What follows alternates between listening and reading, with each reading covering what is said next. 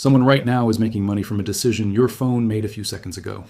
Not a decision you made, a decision your phone made about you. It could be as small as the ad it showed you the location it sent back to a server, or the way you paused for half a second while scrolling. Somewhere, that tiny digital moment just turned into profit in an economy you never see, but that quietly shapes where you work, what you buy, and even what you believe. If you have ever wondered why it feels like the world sped up without asking your permission, why jobs appear and vanish overnight, why entire businesses you grew up with are gone, while others seem to come from nowhere and dominate everything, it's not just the internet. It's something bigger, more organized, and more invisible, the digital economy. And by the end of this video, you'll see that you are not just inside it, you are part of the product, the workforce, and the fuel that keeps it running. If you were interested in really understanding how the system works beneath the surface, instead of just hearing buzzwords, consider subscribing to the channel. Here on Digital Economy Explained, each video is crafted to pull back the curtain on the hidden rules of the digital world, so you can navigate it with your eyes open, rather than just reacting to it as it happens. Now, to understand what changed, we need to start with something simple. A normal day before everything went digital. Imagine a city in the 1980s. Concrete, brick, steel traffic. Money is paper bills passed over counters, physical checks signed with pens, coins clinking in cash registers. If you need a job, you walk into a building with a "Help Wanted" sign. If you want to start a business, you rent a storefront, print flyers, maybe buy a small ad in the local newspaper. The economy is made of things you can touch. Factories, stores, machines, roads. Information moves slowly. A bank balance updates once a day. Market prices come out in the morning paper or on an evening news broadcast. If you're famous, you're on TV or the radio. If you're not, your voice doesn't travel far. Power is tied to what you own in the physical world and who you know in your local community. You can point to it. Now shift the scene forward. Picture that same city at night today. Skyscrapers still stand, but around and above them flows something else. Silent waves of data from millions of phone sensors, cameras, and servers. In apartments and co-working spaces, people work for companies that might be based in another state or another country, often without ever meeting a boss in person. Money moves as numbers on screens, instant, borderless, and almost frictionless. Businesses operate out of invisible storefronts called platforms. A person with a laptop can reach more people from their bedroom than an entire television network could have imagined 30 years ago. The buildings and roads are still there. But the real economy, the one that decides who gets rich, who gets left behind, which ideas spread and which disappear, is now mostly made of code connections and clicks. It's layered over the physical world, like a second glowing city. So how did we get from one city to the other? The story starts quietly in the late 20th century when computers began to move from giant isolated machines in corporate basements to personal tools on desks and eventually in pockets. At first, computers were just better calculators and typewriters. They helped companies manage inventory, print invoices, store customer information. It was still the same economy, just faster. Then came the internet. In the 1990s, a strange thing happened. Every computer that connected to the internet became a door to every other computer. Instead of manual phone calls or paper mail, information could now travel as packets of data crossing oceans in milliseconds. Nobody knew exactly what this would do to business, but a few people realized that if you could connect enough people and enough information, something new would emerge. Those early days felt experimental. Websites were digital brochures. Email replaced letters. Companies threw themselves into going online for fear of being left out of what was called the information superhighway. But underneath the hype, a deeper shift was starting. Connections, who is linked to whom, which sites people visit, what they click, were becoming more valuable than the physical products themselves. Then, in the 2000s, the internet left the desk and went into your pocket. Smartphones, Wi-Fi, and mobile apps turned the online world from a place you visited sometimes into a place you never really leave, a constant background connection. Every spare moment could now be monitored, measured, and monetized. The line between on and offline blurred, then vanished. This is when the digital economy truly began to take over. Because when you connect billions of people in real time and give them tools to create share, shop, rate, and work from anywhere, the rules of money, jobs, and power bend in ways that don't look anything like the old economy. Take money, for example. It used to move like a package in the mail. You wrote a check, deposited, cash waited for things to clear. The slowness of the system created friction. You had time to think between deciding to buy something and actually paying for it. Businesses had to plan around this delay. Risk was visible. Then, money turned into pure information. Credit cards were the first step, turning transactions into digital records. Online payment systems like PayPal streamlined that further. But the real transformation happened when payments were blended into platforms. Tap to pay, one-click buy, subscriptions that renew automatically, in-app purchases, free services powered by your data. Now picture a glowing map of the United States at night, but instead of lights from homes and highways, you see streams of tiny transactions. A ride share here, a grocery delivery there, a monthly subscription payment in another state, a cloud software license activating on a server, digital ad dollars auctioned off in fractions of a second as someone scrolls a news feed. Money is constantly moving in the background, like blood through a body, mostly invisible, guided by algorithms. In the system, your relationship to money changes. The average person might have multiple bank accounts, a handful of apps connected to them, automatic withdrawals for services they barely remember signing up for. The interface looks simple, just a tap to confirm, but the underlying routes your money takes are incredibly complex. Through payment processors, gateways, platforms, and financial institutions that earn small fees each time your dollars flow past. Who benefits? The companies that sit in the middle of transactions. Think of them as toll collectors on a digital highway. They don't necessarily make the products you buy or drive the cars you ride in, but they control the road between you and those things. And they design that road to be as easy to use and as hard to leave as possible. But the real power of the digital economy doesn't come only from controlling how money moves. It comes from controlling how attention moves. We live in what some economists call the attention economy. The idea is simple. Human attention is finite. You only have so many hours in a day, so many things you can focus on. In a hyper-connected world overflowing with content, the scarcest resource is not information, but your focus. And the platforms that can capture and direct that focus become extraordinarily powerful and profitable. Imagine a river of content, news videos, music shopping links, job postings, memes, ads, opinions, all rushing past. Somewhere inside that river, there are things you genuinely want and need. There are also things that distract, manipulate, or simply waste your time. You can't possibly look at everything. So you need a guide.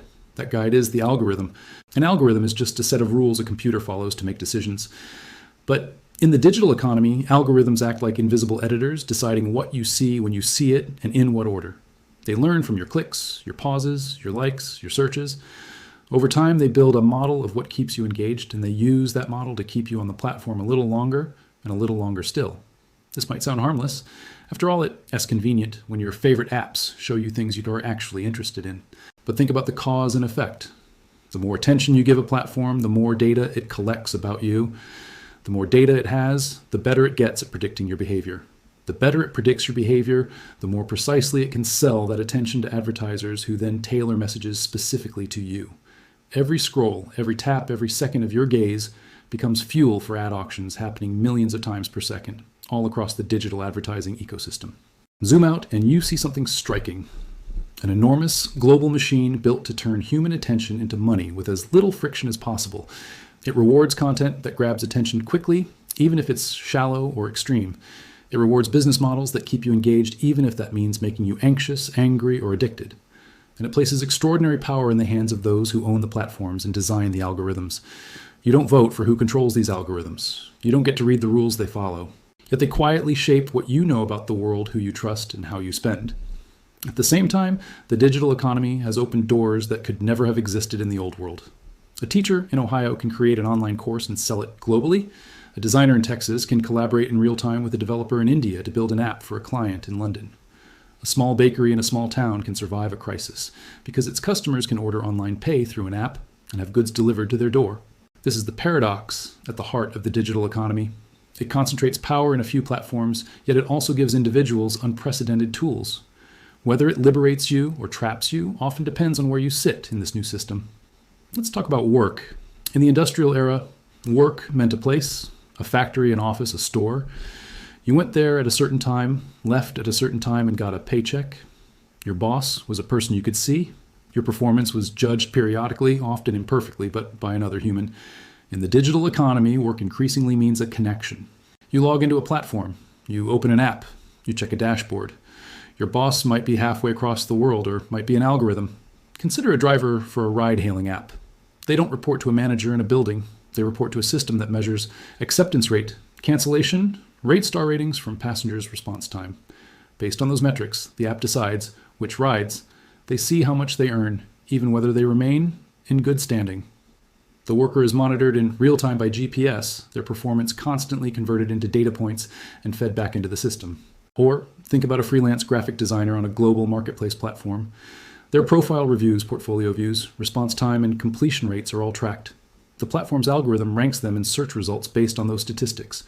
A tiny change in the algorithm or a few bad reviews can cause their incoming work to spike or collapse overnight. Their workplace is not a room, it's a ranking. Then there comes the creator economy. People who earn income from digital content, videos, photos, writing podcasts, live streams. On the surface, this looks like liberation. Anyone can publish. Anyone can reach an audience. Traditional gatekeepers, editors, producers, studios lose some control. Creators can monetize through ads, sponsorships, subscriptions, merchandise donations. It feels like a direct relationship between creator and audience. But behind the scenes, the same pattern appears. Creators are dependent on platforms that decide who sees their content. A tweak to a recommendation algorithm can double or halve their views. Policy changes can demonetize entire categories overnight.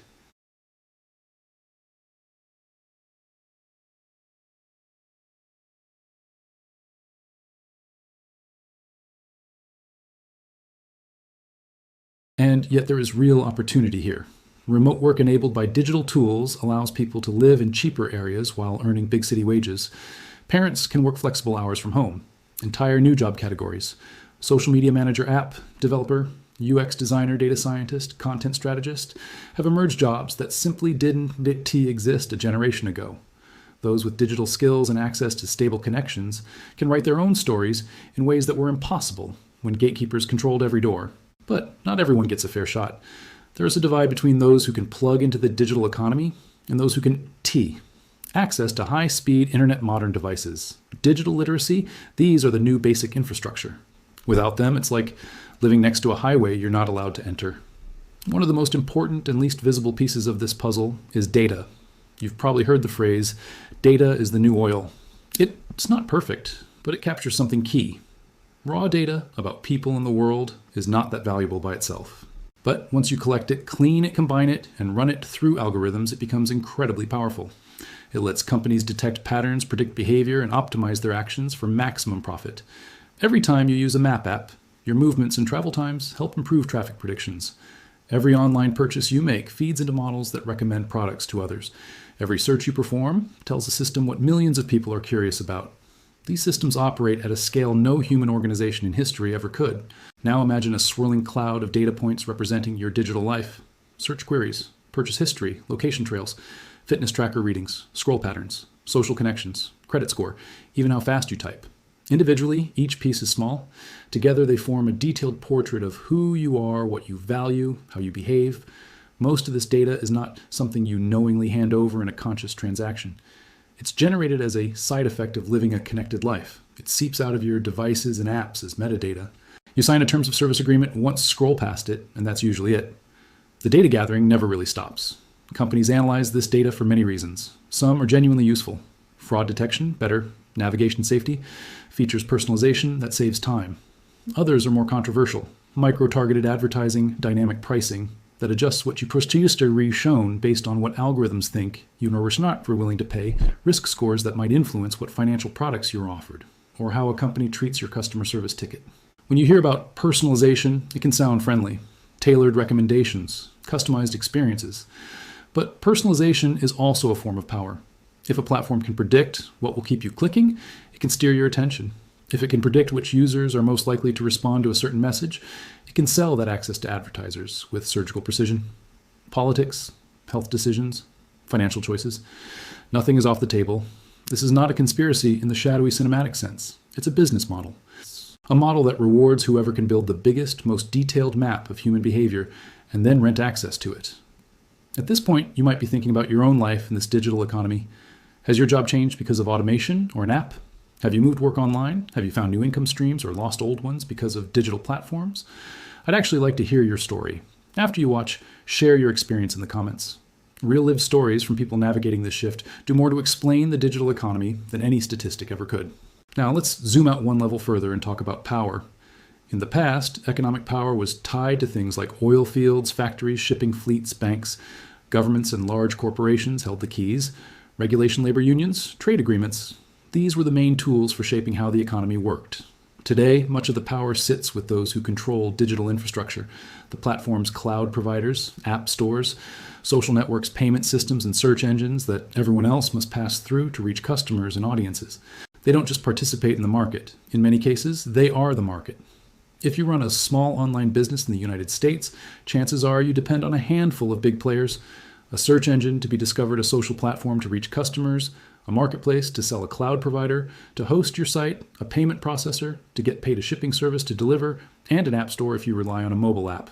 If any one of these raises its fees, changes its terms, or blocks your account, your business can be shaken or shut down overnight. This gives platform owners leverage that older companies never had. They set rules for millions of other businesses, rules that can be complex, opaque, and subject to sudden change. They can privilege their own products when customers search. They can quietly nudge user behavior through design decisions. They can decide who gets verified, who gets recommended, who gets banned. At the same time, governments are playing catch-up. Laws built for a world of local stores and national industries struggle to regulate borderless digital giants. When a platform operates in dozens of countries simultaneously, whose laws matter? Who has the authority to tell it what to do? The result is a new landscape of power, a few massive super platforms, at the top layers of smaller companies built on top of them, and countless individuals trying to carve out a living either through or around those systems. It's not that old forms of power have vanished. Oil still matters. Banks still matter.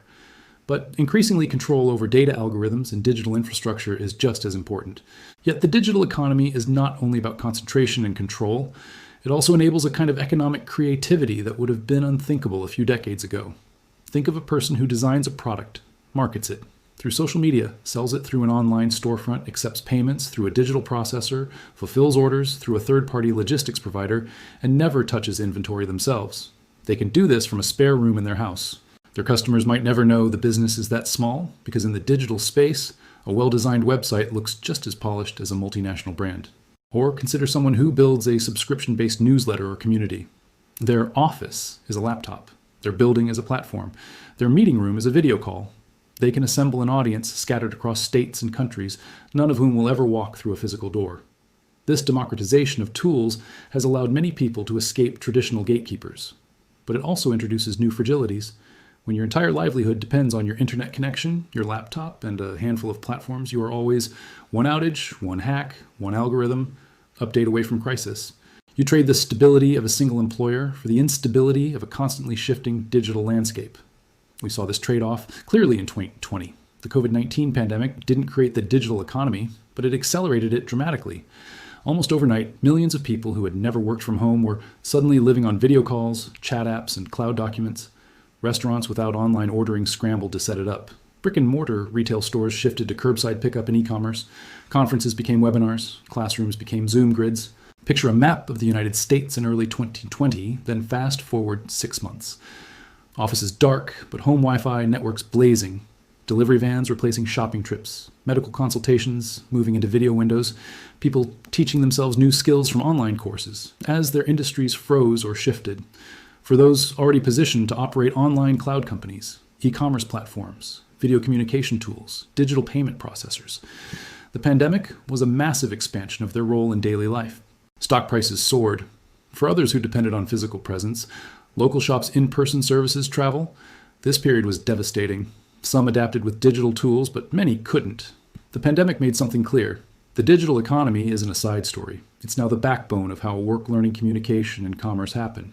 Even as offices have reopened and people have returned to restaurants and stores, much of that digital infrastructure remains. Remote work is more common. Hybrid events mixing in-person and online are normal. Online-first businesses keep growing. Underneath all of this is a physical layer that most people rarely think about. Data centers the size of football fields, filled with servers humming and glowing, consuming vast amounts of electricity. Undersea cables stretching across oceans, carrying nearly all international internet traffic. Massive warehouses and logistics networks perfectly tuned by software, making same-day delivery possible. We tend to picture the digital economy as weightless, floating in the cloud, but it rests on a very real, very material foundation. And that foundation has costs. Energy use, environmental impact, labor conditions in warehouses, and delivery networks mining for the minerals used in devices. In other words, the digital economy does not float above the real world. It rearranges it. There's also a psychological cost. When work, social life, entertainment, and shopping all happen through the same screens, the boundaries between them blur. You might check your work email at midnight. You might slip into social media during a meeting. You might feel pressure to be always available because your coworkers can see the little green dot next to your name. Gig workers might feel compelled to accept one more task because the app hints it will improve their standing. The result can be a sense of never fully being off. This is one of the quieter ways the digital economy reshapes life. Time that once belonged clearly to you, seconds, minutes, hours, is constantly at risk of being reclaimed by platforms and employers, ping by ping, notification by notification. At the same time, the digital economy has made it easier than ever to find community, learn new skills, and access information. You can connect with people who share your interests from anywhere. You can watch free lectures from top universities. You can learn to code, design, market, or manage finances from your living room. For many, these tools have been life-changing. The question is not whether the digital economy is good or bad. It's both. The more interesting question is, who gets to shape its rules? Right now, a lot of that shaping is happening indirectly. Engineers set algorithmic goals, product managers design engagement loops, investors demand growth, regulators try to catch up, users adapt in ways nobody planned. It's like a vast ongoing experiment in how to organize human activity with code. Looking forward, several forces are poised to change the digital economy again. Artificial intelligence and automation are already affecting how work is distributed. Machines can now do tasks once reserved for people, reading documents, answering simple questions, generating images and text, sorting through huge piles of data. This doesn't necessarily eliminate jobs overnight, but it changes how jobs are structured. Tasks within jobs can be automated. Entire categories of digital middlemen may shrink as AI takes over routine decision-making. At the same time, AI can make some people far more productive. A single programmer with good tools can build systems that would have taken teams months. A small business owner can use AI to write marketing copy, analyze customer feedback, or manage inventory forecasting. Once again, those who have access and skills can multiply their capabilities. Those who don't may fall further behind. There's also the evolving question of money itself. Cryptocurrencies and blockchain-based systems have promised a more decentralized digital economy where value can move directly between people without intermediaries. So far, the reality has been mixed. Plenty of speculation, some real innovation, and many unresolved questions about security, regulation, and practicality. Still, the idea that money can be programmable, that we can attach rules and logic directly to money, is likely to keep reshaping finance in the years ahead. Central banks are exploring digital currencies of their own. Imagine if dollars themselves were software, trackable, programmable, capable of being delivered instantly to citizens without bank intermediaries. That could change how stimulus, welfare, and taxation operate, but also raise profound questions about privacy and control. Meanwhile, battles over data rights and digital privacy are intensifying. Some regions have introduced stricter rules on how data can be collected and used. Others lag behind. People are slowly waking up to the trade-offs. They've been making free services in exchange for data and asking whether that trade still makes sense. All of this leads to a choice point. We can let the digital economy continue to evolve by accident, driven mostly by the short-term incentives of companies and markets. Or we can start insisting on rules and structures that align it more closely with human values. Dignity at work, fairness in opportunity, transparency in decision-making, and stability in people's lives. That doesn't mean pressing some imaginary off button. There is no going back to a pre-digital world, but we can absolutely shape the direction of this one. We can choose to build systems where workers have more say in how algorithms judge them, where data about people is treated as something closer to a shared resource than a commodity to be extracted, where competition is preserved by preventing any single platform from becoming an unavoidable gatekeeper, where digital literacy is taught as a basic skill, so people understand not just how to use tools, but how those tools use them. We can also make personal choices, what we pay for versus what we accept as free, how many platforms we depend on for income, whether we let notifications dictate our time. No single choice will change the entire system, but collectively they send signals. They create demand for different kinds of services and business models. If this video has given you a clearer picture of how the digital economy quietly took over your life, how your data became currency, how your attention became a product, how your work became a stream of metrics, consider sharing it with someone you know who still thinks of the online world as something separate from the real economy. Helping more people understand the invisible structures around them is one small way to rebalance power. And I am genuinely curious, in your own life, do you feel more free or more controlled because of the digital tools you use every day? Has the digital economy opened doors for you, closed them, or done a bit of both? Tell your story in the comments. Those personal experiences are the ground truth beneath all the theory, and they might help someone else recognize patterns in their own life. If you'd like to keep unpacking how this all works, how algorithms decide what you see, how online platforms make money, even when they re-free, how new forms of work are being created and destroyed, remember to subscribe. Future videos will dive deeper into specific pieces of the system, so you can move from just living inside the digital economy to really understanding it. As we leave this story picture again, that city at night, lights in windows, cars on highways, people cooking dinner, watching shows, helping kids with homework. Overlaid on top of it, almost like a ghost, is another city made of data code and connections. In that second city, money moves invisibly. Reputations rise and fall, work is assigned and judged, information is filtered and amplified. That digital city is no less real than the one made of concrete and steel. It shapes what happens in every apartment, every office, every store. The digital economy is not something out there on your screen. It's the water we're all swimming in now. The question each of us faces is not whether we all participate in it, whether we all do so blindly or with our eyes open.